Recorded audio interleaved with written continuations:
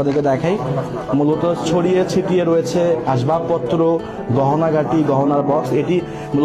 এটি কি এখানে আসলে ছিনতাই, চুরি বা এখানে ডাকাতির ঘটনা ঘটেছে কিনা এসব আসলে তদন্ত সাপেক্ষে বলার বিষয়। এটি আগে আসলে বলার এখানে সুযোগ নেই।